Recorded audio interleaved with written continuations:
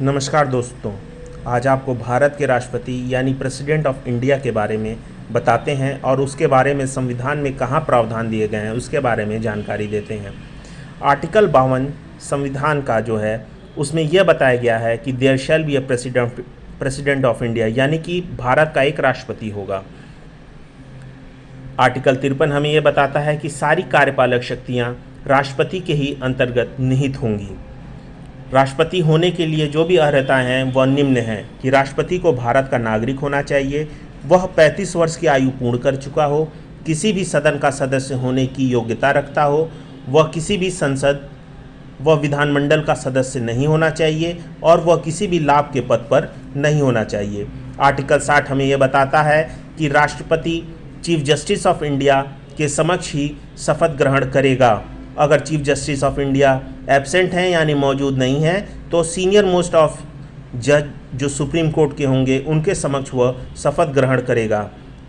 राष्ट्रपति को हटाने के लिए आर्टिकल 61 में प्रावधान किया गया है, जो ये हमें बताता है कि राष्ट्रपति द्वारा अगर संविधान के प्रावधानों का अतिक्रमण किया जाता है यानी कि वायोलेशन किया जाता है तो उस पर महाभियोग चलाकर उसे हटाया जा सकता है।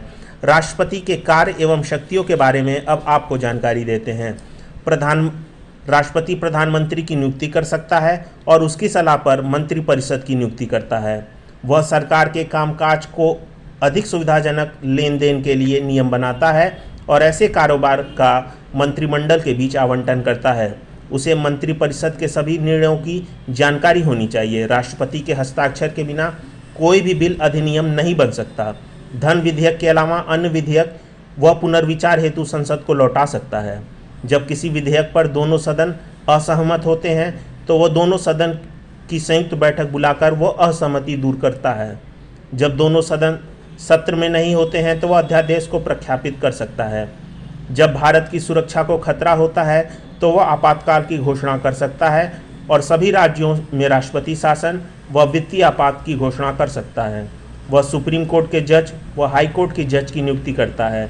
वह चीफ इलेक्शन कमिश्नर की नियुक्ति करता है। वह कंट्रोलर एंड ऑडिटर जनरल की भी नियुक्ति करता है। वह संघ लोक सेवा आयोग के सदस्यों की नियुक्ति करता है। वह SC/ST आयोग के कमिश्नर, बैकवर्ड क्लासेस और माइनॉरिटीज़ के कमिश्नर की भी नियुक्ति करता है। वह राज्य के राज्यपालों यानी governor of states, lieutenant governor of union territories की भी नियुक्ति करता है। वह भारतीय रक्षा बल का सर्वोच्च कमांडर होता है। वह संसद को बुलाता है, स्थगित करता है और संबोधित करता है। वह संसद को भी भंग करता है। वह दंडों को क्षमा, राहत या उसमें छूट दे सकता है। अगर दोनों सदन सत्र में नहीं है तो राष्ट्रपति को ऐसा लगता है कि ऐसी परिस्थितियां विद्यमान हैं कि उस पर कानून बनाना चाहिए तो वह उस पर एक अध्यादेश प्रख्यापित कर सकता है और उस अध्यादेश का बल व प्रभाव संसद द्वारा पारित अधिनियम के समान ही होगा। ऐसा अनुच्छेद 123 में दिया गया है। और भी जानकारी प्राप्त करने के लिए मेरे चैनल को सब्सक्राइब, लाइक एवं शेयर करें। धन्यवाद।